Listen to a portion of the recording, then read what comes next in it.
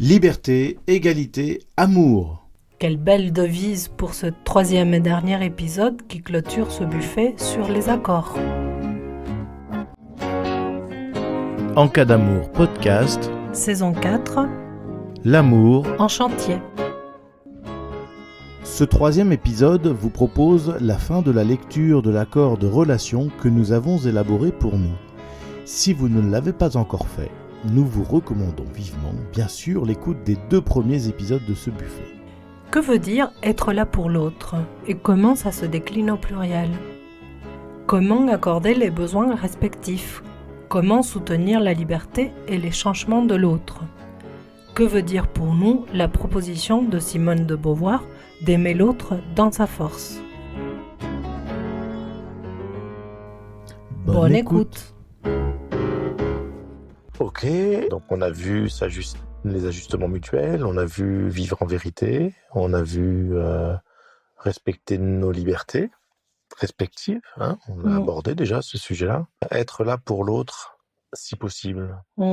Donc en fait, être là pour l'autre, c'est une chose, si possible, c'est une deuxième chose. C'est un deuxième critère. On part sur une base où on est là pour l'autre. Dans l'idéal. Dans l'idéal. C'est-à-dire que oui, on a des moments dans la vie où c'est plus difficile et on peut être une oreille, une écoute, si possible. Et le si possible, il est quand même très subtil aussi. Oui, mais parce que aussi, là, il y a le fait qu'on n'habite pas ensemble et qu'on a des vies très riches en dehors de notre relation, d'autres relations amoureuses, mais pas seulement. Et qu'au moment où moi, je te demande d'être là pour moi ou que toi, tu me demandes d'être là pour toi, on peut être prise dans... Et qu'est-ce qu'on fait de ça? Comment on se débrouille de ça? Comment on arrive à montrer à l'autre qu'on a envie d'être là, mais qu'on va juste soutenir à distance ou essayer de caler un moment qui n'était pas prévu, mais qui ne sera pas tout de suite. Voilà. Toutes des choses dont on a parlé récemment. Oui, parce que il y a les urgences. Les urgences, une urgence, c'est une urgence. Je prends un accident de voiture, il y a besoin d'un dépannage. C'est une urgence. Là, on est là pour l'autre et de façon pas inconditionnelle, mais quelque part, c'est une sorte de priorité malgré tout, parce qu'une question de vie, de survie et qui peut se comprendre. C'est-à-dire que la question est toujours dans la mesure de ce que l'on peut vivre avec les autres relations de façon équilibrée. Je suis avec elle ou elle et je suis en relation avec 3 personnes par exemple. Je suis en train de vivre une soirée avec la numéro 1, on va dire. La numéro 2 prend un accident de voiture, la numéro 1 peut comprendre que la soirée s'arrête pour que je puisse aller en soutien à la numéro 2 parce que on peut élaborer ce genre de contrat à plusieurs aussi, sur plusieurs, et c'est même plutôt intéressant de vivre comme ça. On abordera peut-être le sujet du soutien parallèle, mais en tout cas, il y a quelque chose de cet ordre-là. Sur le cas d'une urgence, c'est pas arrivé depuis qu'on se connaît, qu'il y ait eu ce genre d'urgence. Non, mais c'est arrivé une fois que moi je te dise que j'avais besoin que tu sois là avec moi, que je traversais quelque chose de vraiment pas facile. Et j'ai changé mon programme. Et toi, tu avais prévu quelque chose, peut-être pas quelque chose qui était complètement ficelé, mais tu avais imaginé faire quelque chose avec quelqu'un d'autre et tu as annulé. Oui, c'est ça. Et moi, quand je t'ai demandé d'être là, je ne savais pas du tout ce que tu avais prévu ou pas. Et je pense que c'était mieux comme ça, parce que si j'avais su que tu avais annulé quelque chose pour être là, je pense que ça n'aurait pas été facile pour moi. De me dire à quel point c'est juste, il y aurait eu une forme de culpabilité. Mais quand tu me l'as dit, tu étais déjà là et c'était très bien que ça se passe comme ça. Puis c'est arrivé une autre fois aussi où on était ensemble et tu as dû partir au milieu de la nuit. Oui. Pour des questions liées à la famille. Oui. Donc c'est là qu'on retrouve aussi ce même genre de choses, c'est-à-dire oui, c'est une réalité, c'est pas ma vie qui est en cause, hein, c'est la vie de l'autre. Donc ouais, bien sûr, tu peux y aller, et vas-y. Oui, tu m'as même proposé de m'accompagner et je t'ai dit que je préférais y aller toute seule. Donc être là pour l'autre, c'est ça. Et si possible, parce qu'effectivement, des fois, c'est pas une urgence. Des fois, c'est simplement aussi être là pour l'autre et l'entendre au moment où elle a besoin d'exprimer. La personne a besoin d'exprimer quelque chose, et moi ça m'est arrivé plusieurs fois, d'avoir besoin de te parler de Oui, quelque chose que je vivais oui, par ailleurs, et tu as mm, été là pour oui, oui. m'écouter, m'entendre et Mm, parler avec moi mm. pendant un certain temps. Et Je pense à une situation dans laquelle on t'a agressé physiquement et que tu étais très choquée et que tu m'as appelé et je sentais qu'il fallait que je sois disponible là pour toi au téléphone, mais vraiment là, ça Mm, pouvait pas attendre. mm, De parler, ça ne pouvait pas mm, attendre. Voilà, j'ai arrêté le film que j'étais en train de regarder et j'étais là. mm. C'était vraiment le moment où il fallait accueillir ta parole. T'étais vraiment sous le choc et sans trop savoir comment penser cette situation-là. Mm. Après, ça ne veut pas dire que j'avais la réponse. Ça veut Non, juste dire que que tu es là. j'étais là pour soutenir ta réflexion. Mm. Et t'as pas eu besoin qu'on se voit. Ça aurait pu, tu vois, Mm. mais ça a suffi. Ouais, Mm. c'est ça. Après, on a repris le fil de nos vies. Mm. Oui, se voir, c'est un autre sujet. Être là pour l'autre, c'est Mm. c'est un élément fondamental dans la relation. Mm. Quand on veut une relation qui soit saine, savoir que l'autre est là fait presque beaucoup plus partie que de passer du temps ensemble. Oui, mais parfois, on a besoin de présence physique. Tout à fait. Mm. Je n'exclus pas l'autre. Non, je le dis parce que je crois que toi, tu as moins besoin que moi parfois de C'est ça. possible. C'est C'est- possible on ait deux façons. Moi, j'aime être plus physiquement seul, et d'ailleurs, je me présente très souvent comme célibataire, quelque Mm. part, et aussi peut-être par opposition à tout ce que j'ai vécu pendant ces 25 dernières années, mais oui, il y a quelque chose de l'ordre de la présence physique et du couple aussi qui est plus lourde pour moi. Ouais, certainement que toi, accepté. C'est différent. Pour C'est moi, je peux avoir besoin de présence physique à certains moments et pas forcément de la tienne en particulier. Je veux dire qu'il y a plusieurs personnes qui peuvent remplir le rôle, mais j'ai quand même besoin de mes moments de solitude aussi. Bien sûr. Besoin, vraiment besoin. Mm. Je n'aspire pas à être Mm. accompagnée le plus possible. Ce n'est pas un but dans ma vie. Mhm. Mais ça dépend des moments. Pour toi, c'est peut-être plus stable.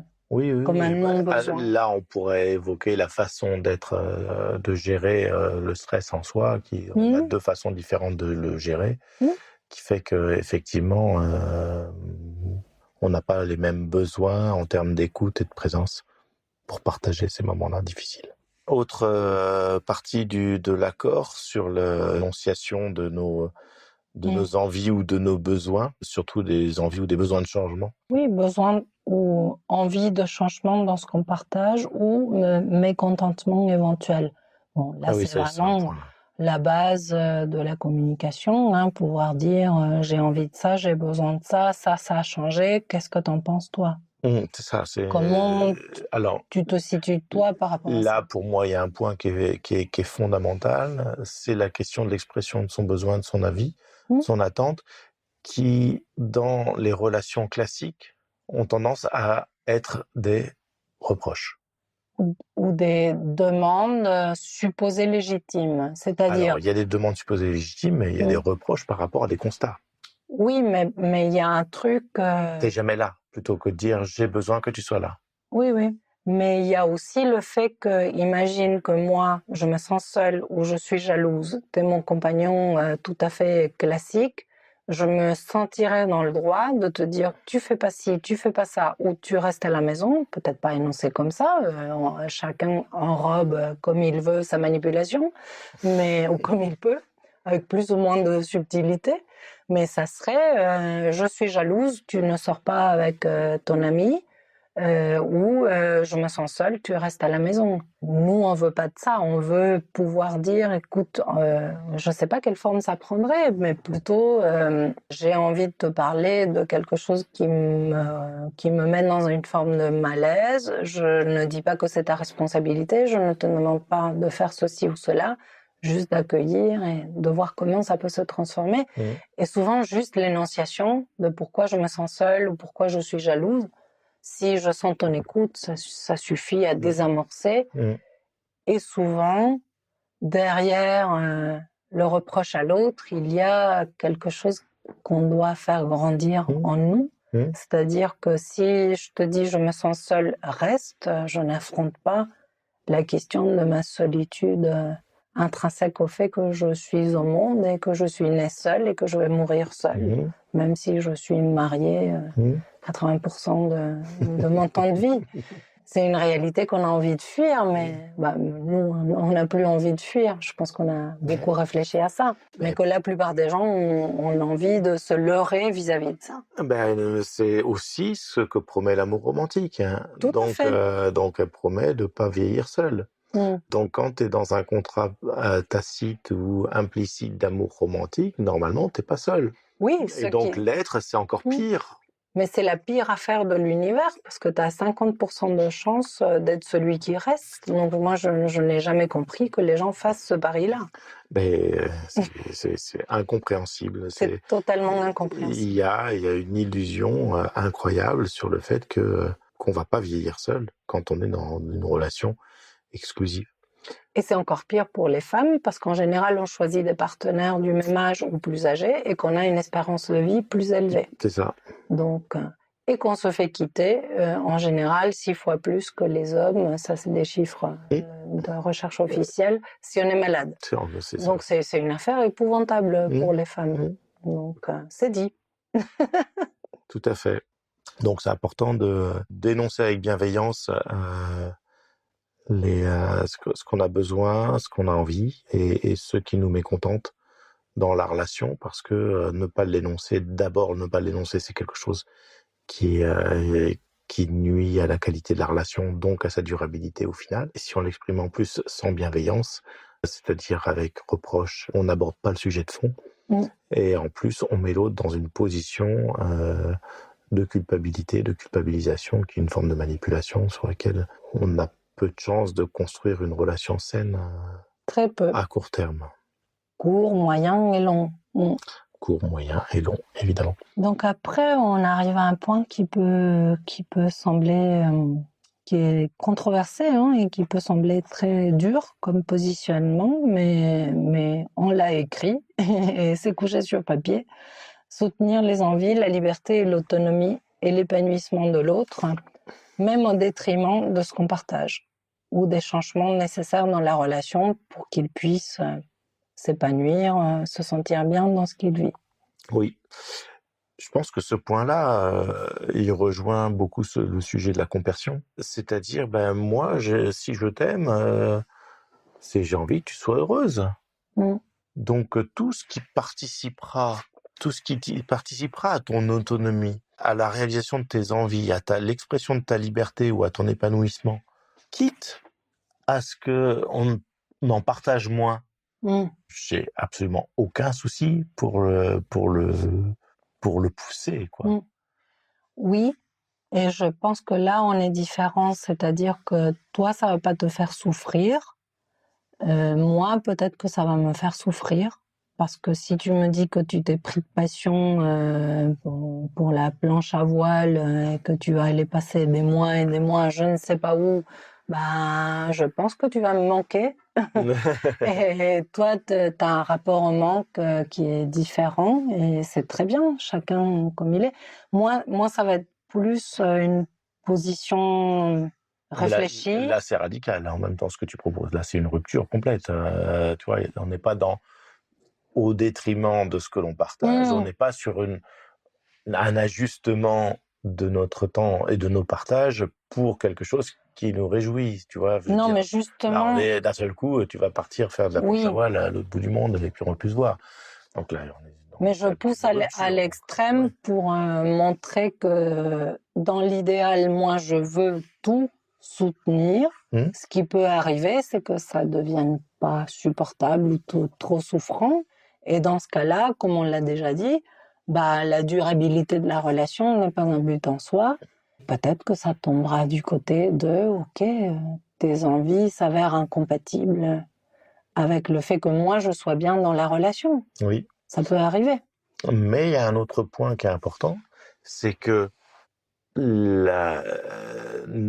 pas en tenir compte de cette envie est aussi un sujet qui... En fait, il y a deux choses.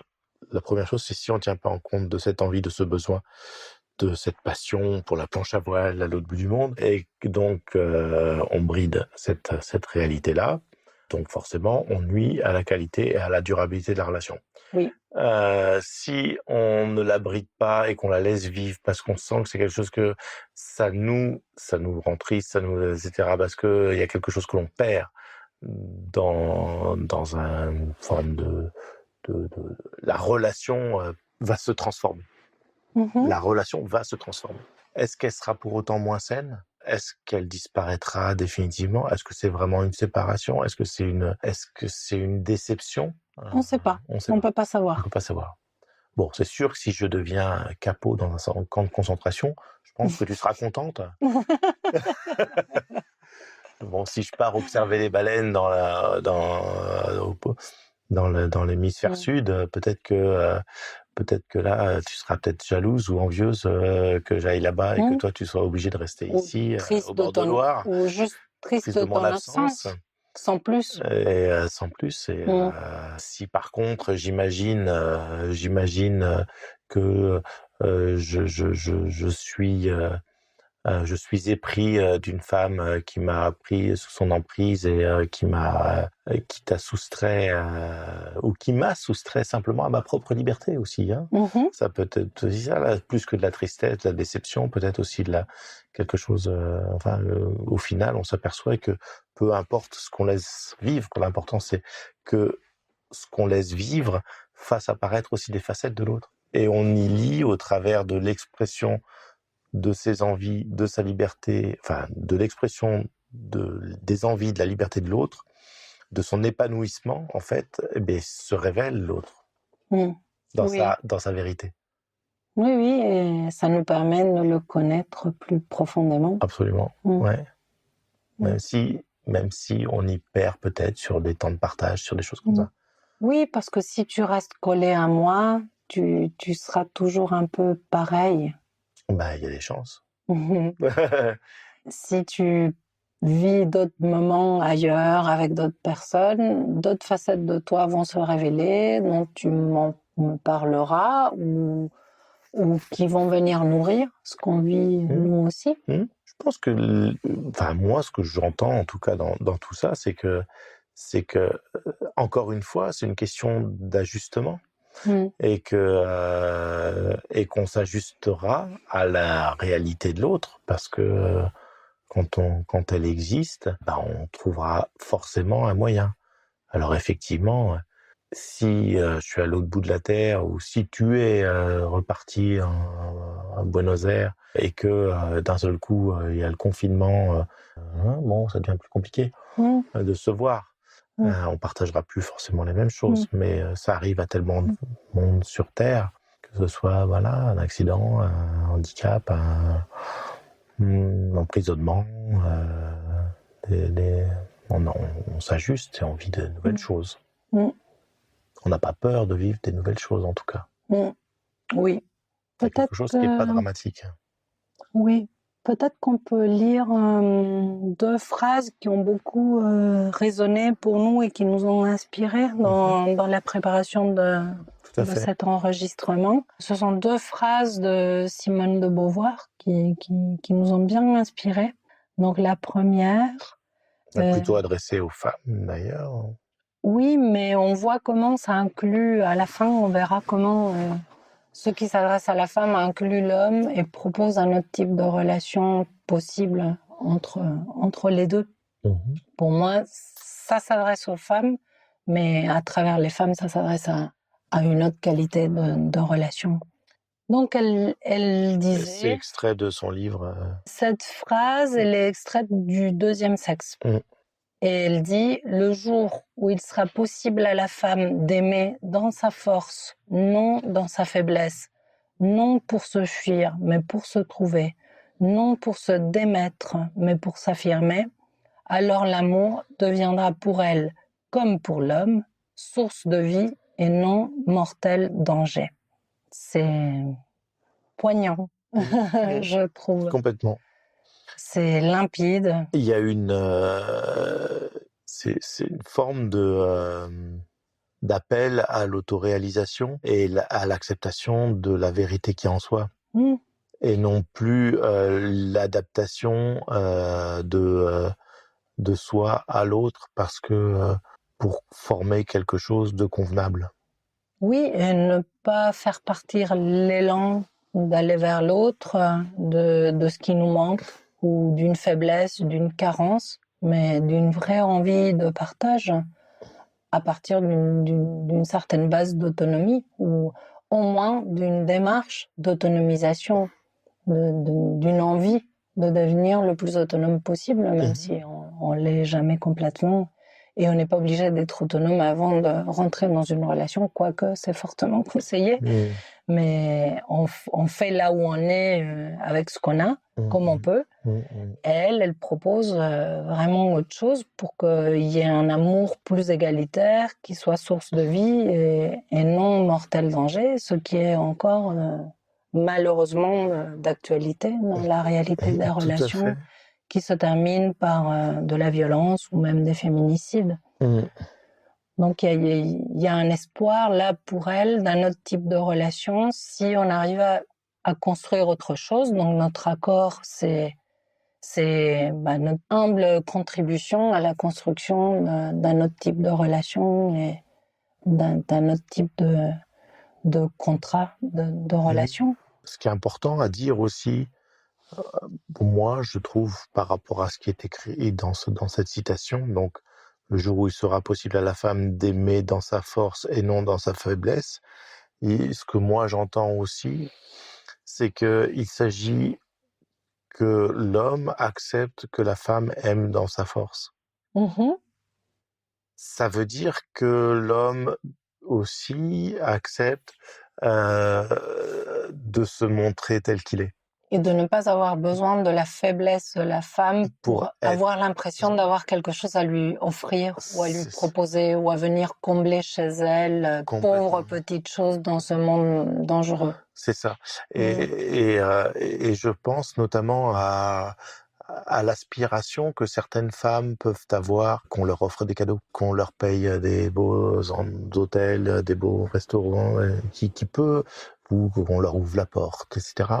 Là, on est typiquement dans l'expression d'une relation basée sur la faiblesse de la femme. Et même, il s'agit pas non plus de dire ah mais non, la femme elle est capable de tout faire toute seule, donc elle se débrouille, elle a pas besoin des hommes.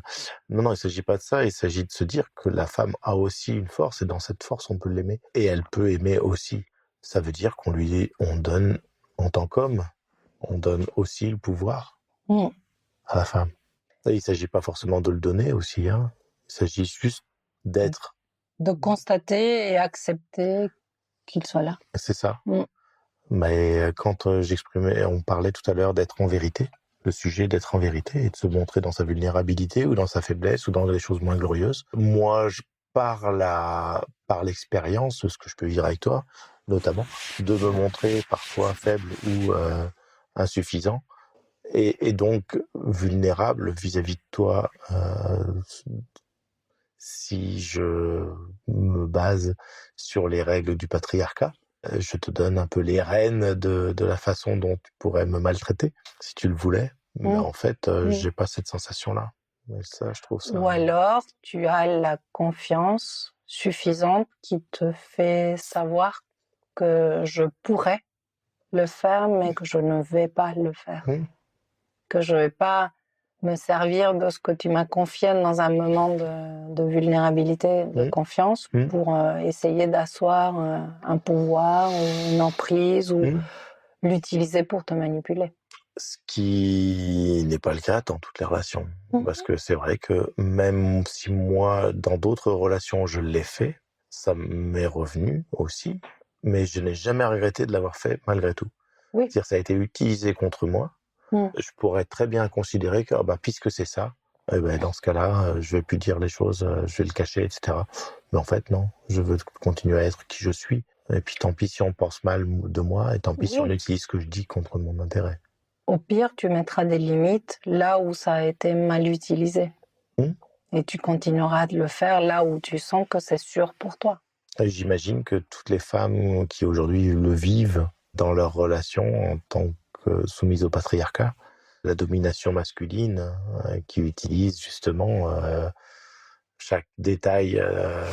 Tu t'es habillé trop court, tu parlais avec cet homme, qu'est-ce que tu vas te promener toute seule, et qui sont des choses qui sont normales dans la vie, mais qui sont aussi d'un seul coup, aux yeux du patriarcat, des points de vulnérabilité. On peut peut-être prendre aussi l'autre phrase dont on avait parlé, qui est aussi une phrase de Simone de Beauvoir. Donc celle-ci, c'est une phrase de La force de l'âge, un autre de ses livres. Elle dit dans ce livre, « Rien ne nous limitait, rien ne nous définissait, rien ne nous assujettisait. Nos liens avec le monde, c'est nous qui les créions. La liberté était notre substance même. » Et je pense qu'il y a quelque chose de cet esprit-là qu'on a voulu faire éclore dans notre projet d'accord. Oui, ce que je trouve vraiment beau dans ce qui est dans cet accord, c'est que il n'est pas là en train de restreindre quelque chose, il est en train d'ouvrir. Quand il dit respecter nos libertés, c'est pas restreindre quelque chose, c'est ouvrir sur la liberté. Quand on dit vivre en vérité, être honnête, c'est ouvrir sur des choses qu'on aurait plutôt tendance à cacher. Donc Et à fermer. Et à fermer. Dans un couple classique. Dans un couple classique, évidemment. En fait, quelque part, on s'engage à faire différemment. C'est un peu l'envers du décor par rapport à un accord de couple classique. C'est complètement inversé. C'est pour ça qu'il peut pas y avoir une sanction en face de ça, à part si effectivement tu respectes pas ma liberté, je peux toujours me plaindre. Mais en fait, je me plaindrais que la relation se réduise. Et moi, ce que je vois, c'est que chacun des mots part pour rejoindre la citation de Simone de Beauvoir. Donc, rien ne nous limitait. Dans l'accord, il n'y a rien qui limite, au contraire, rien qui nous définit, mais on ouvre plutôt des portes. Rien ne nous assujettit, on n'est pas obligé de faire quelque chose, on est justement dans l'obligation de laisser faire, avec l'acceptation du hasard, du destin et de ce que l'autre est dans toute sa complexité. Et il y a aussi autre chose qui est importante pour moi et que j'ai jamais trouvé dans les relations cadré par un accord classique que j'ai eu avant, c'est l'acceptation totale, même si ce n'est pas simple ou c'est souffrant, des changements de l'autre, c'est-à-dire de son droit à changer. Oui, peut-être c'est quelque chose d'ailleurs qui peut être... en même temps, c'est un peu sous-entendu dans la partie soutenir les envies, la liberté, l'autonomie et l'épanouissement de l'autre. C'est sous-entendu aussi la question du changement, même si c'est pas clairement énoncé. Peut-être qu'on pourrait même le rajouter à l'intérieur en disant que accueillir les changements de l'autre, c'est fondamental parce que d'une part, ce que nous on propose dans cet accord-là ou dans cette façon d'être en relation, c'est déjà quelque chose qui n'existe pas. Donc ça veut dire que intrinsèquement en nous, on ne l'a pas. On ne l'a pas vécu, on ne l'a pas appris. Donc forcément, on change. Il y a quelque chose en nous qui change avec l'apprentissage de ce modèle relationnel, forcément. Oui, il est changement. Il est changement. Ce modèle est changement. Donc, il est inconstance, il est variation, il est impermanence. Inconstance, je ne suis pas d'accord. Il y a quelque chose de très constant dans notre façon de changer, quand même. Oui, alors dans une certaine mesure, l'inconstance. On reste les mêmes personnes de toute façon, et on reste attaché à ces valeurs qu'on a posées sur papier. Donc il y a une constance au travers de ça. C'est ça que je voulais dire. Mais une inconstance dans les événements. Une nouvelle personne qui rentre, une nouvelle rencontre, c'est cette inconstance-là dont je voulais parler. Du fait que d'une semaine à l'autre, on ne sait pas des fois si on va se voir, si t'es dispo, pas dispo, si je suis là, t'as tes enfants, pas mes enfants, si je vais au tango, pas au tango, il y a quelque chose qui est de l'ordre de cette inconstance-là, auquel il faut s'adapter, au même titre que la météo. On ne sait pas s'il va pleuvoir la semaine prochaine, faire chaud, faire froid, et on a une forme de météo spontanée. Le fait d'avoir élaboré cet accord-là, ça nous met quand même en confiance. Bien sûr. Et il y a une chose dont on n'a pas parlé, mais qui est en toile de fond dans tout ce qu'on a dit, c'est la question de la routine aussi. Tout à fait. Parce que je pense que tout ça pourrait être aussi résumé, ce n'est pas le but, mais comme une stratégie d'évitement des dégâts de la routine. Tout à fait. Parce que si la passion amoureuse et l'amour romantique fusionnel existe de 3 mois à 3 ans, et au bout d'un moment, on hérite d'une histoire passionnelle et qu'on doit continuer à porter à bout de bras, tant bien que mal, jusqu'à temps qu'il y ait quelque chose qui nous fasse, qui le casse et qu'on change de direction, l'un ou l'autre, ou l'un et l'autre. Et là, il n'y a pas ça, parce que justement, il n'y a pas de routine, donc il y a une sorte d'évolution constante du lien. Nous voilà arrivés à la fin du 3e épisode. Nous clôturons avec joie ce buffet qui est notre contribution à la construction de relations et d'accords de relations plus satisfaisants et égalitaires. Parce que oui, c'est possible. Nous vous laissons digérer tout cela et nous nous retrouvons la semaine prochaine pour l'analyse des paroles d'un beau tango, Fueron 3 años. Votre soutien nous est toujours indispensable pour du contenu sans publicité. Visitez notre page web encadamour.com où une cagnotte est prête à accueillir vos contributions.